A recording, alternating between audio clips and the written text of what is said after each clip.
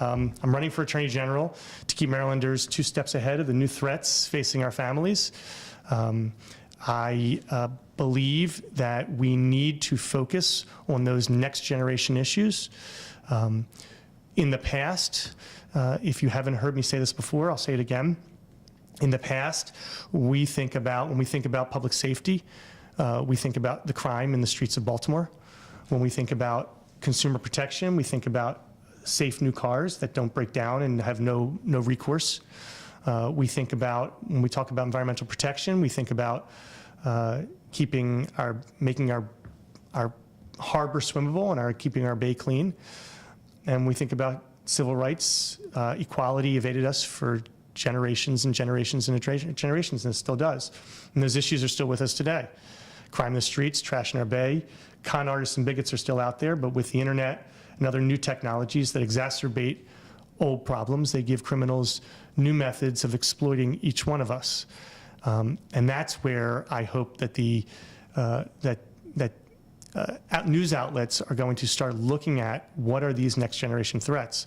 So reduction of violent crime is still our #1 priority, and it should be the priority for the Attorney General. And maybe you can ask me about that. But we also have to think about websites that are people that are hacking in and trying to take advantage of people, exploit people, harass people, torment people, cyber crimes, and online privacy.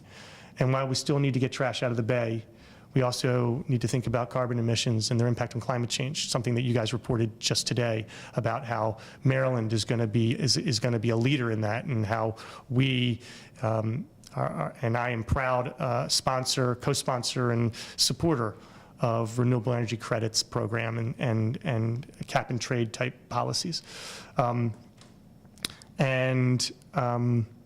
While we still have to deal with onerous utility bills, and you guys should be good watchdogs on that, and lead-laced toys that come in from China that our children are chewing on, we also have to think about websites that are stealing credit card numbers and phishing for Social Security numbers.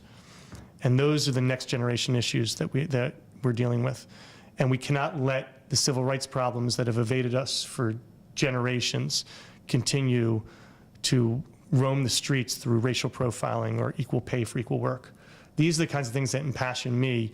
I got into the House of Delegates because of the environment. That's why I initially came in. I was assigned to the Ways and Means Committee, and I've wound up growing up in the legislature in civil rights and voting issues and election issues. But I'm still passionate about the environment.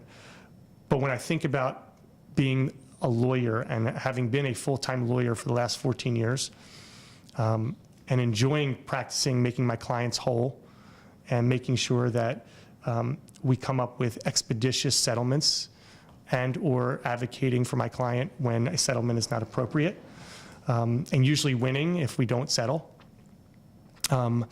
I think about being the state's lawyer and doing the same thing and doing it expeditiously, saving the state a tremendous amount of time and money with skills, negotiating and mediating skills, but also looking at knowing when it's time to work with organizations, industry, facilities, institutions, and when it's time to go after them because they're bad actors. And I think that I come by it very honestly, and I think that I have the unique skills to both deal with those old and persistent problems and those unique new problems like I've dealt with in cybercrime over the last decade.